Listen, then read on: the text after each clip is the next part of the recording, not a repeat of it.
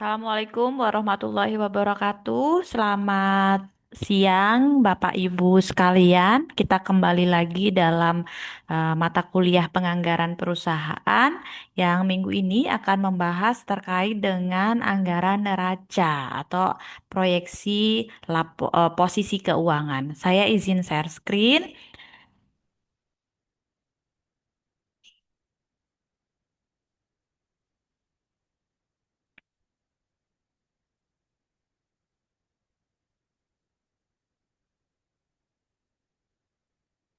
Baik, Bapak Ibu, di sini kita akan membahas tentang bagaimana cara melakukan penyusunan eh, proyeksi neraca, ya.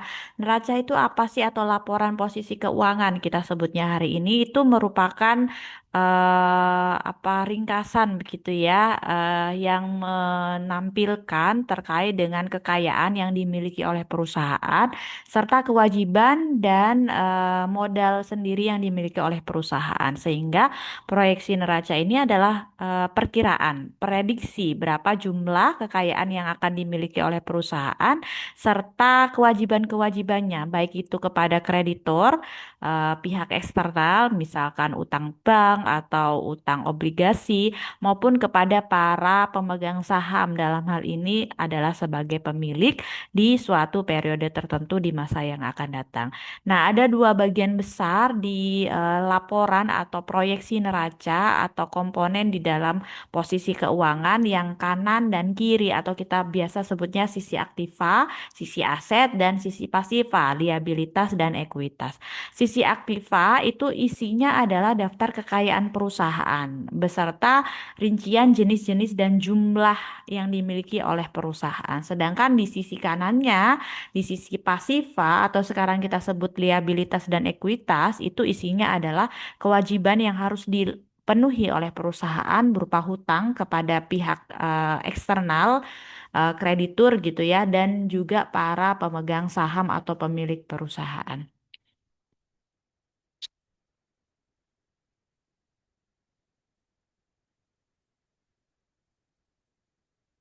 Oke, ini adalah elemen-elemen dari neraca. Kita mulai dari yang paling atas dulu. Di sisi aset ada yang namanya aset lancar. Aset lancar itu adalah harta perusahaan yang diharapkan dapat berubah menjadi uang dalam jangka waktu 1 tahun. Isinya apa? Isinya kas, kemudian surat-surat berharga jangka pendek, piutang usaha, kemudian persediaan, biaya-biaya dibayar di muka, perlengkapan maupun aktiva-aktiva lancar lain yang bisa jatuh tempo kurang dari 1 tahun. Kemudian yang kedua, setelah aset lancar ada yang namanya investasi jangka panjang. Dana yang ditanamkan pada berbagai jenis aktiva yang diharapkan memberikan penghasilan bagi perusahaan. Seperti apa? Investasi di surat berharga. Nah, di perusahaan lain misalkan perusahaan punya obligasi atau surat hutang dari perusahaan lain yang nantinya bisa dicairkan gitu ya, diharapkan memberikan penghasilan. Investasi dalam aktiva tetap berwujud, misalkan tanah, kemudian ada peralatan, kantor, mesin dan lain sebagainya. Itu masih dalam ruang lingkup aktiva tidak lancar ya, aktiva tetap berwujud maupun investasi jangka panjang. Selain aktiva dalam bentuk berwujud, juga ada aktiva yang tidak berwujud. Aktiva atau aset yang dimiliki oleh perusahaan yang tidak memiliki wujud tapi memiliki manfaat bagi perusahaan. Misalkan apa hak paten, merek dagang, hak cipta itu merupakan aset bagi perusahaan. Kemudian juga ada aktiva lain-lain seperti titipan kepada penjual, bangunan dalam pengerjaan dan lain sebagainya. Itu di sisi aset sebelah kiri, kemudian di sisi sebelah kanan ada utang. Kita mulai dari liabilitas. Utang digolongkan menjadi dua, utang lancar dan utang jangka panjang. Utang lancar itu apa? Utang lancar yang kewajiban yang akan dipenuhi oleh perusahaan yang jatuh temponya kurang dari 1 tahun. Utang usaha, utang wesel, dan utang pajak. Kemudian ada pendapatan diterima di muka dan utang jangka panjang atau utang yang jatuh temponya lebih dari 1 tahun seperti utang bank atau penerbitan surat utang obligasi.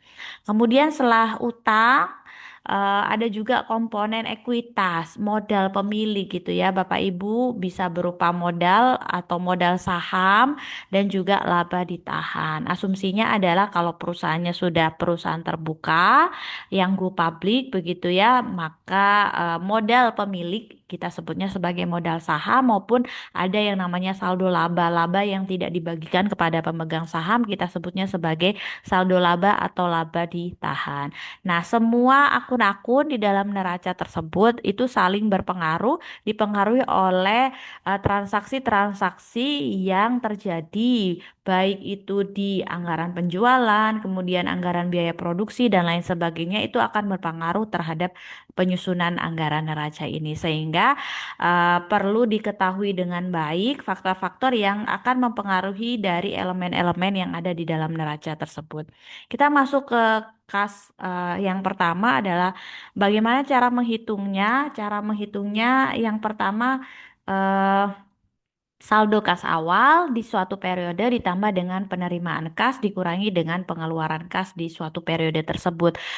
Informasi ini kita bisa ambilkan dari anggaran kas yang sudah disusun sebelumnya. Kemudian piutang usaha, cara mencarinya adalah saldo awal piutang usaha ditambah dengan penjualan kredit. Kalau ada penjualan kredit, perusahaan melakukan penjualan kredit, maka akan timbul yang namanya piutang usaha. Kemudian dikurangi dengan apabila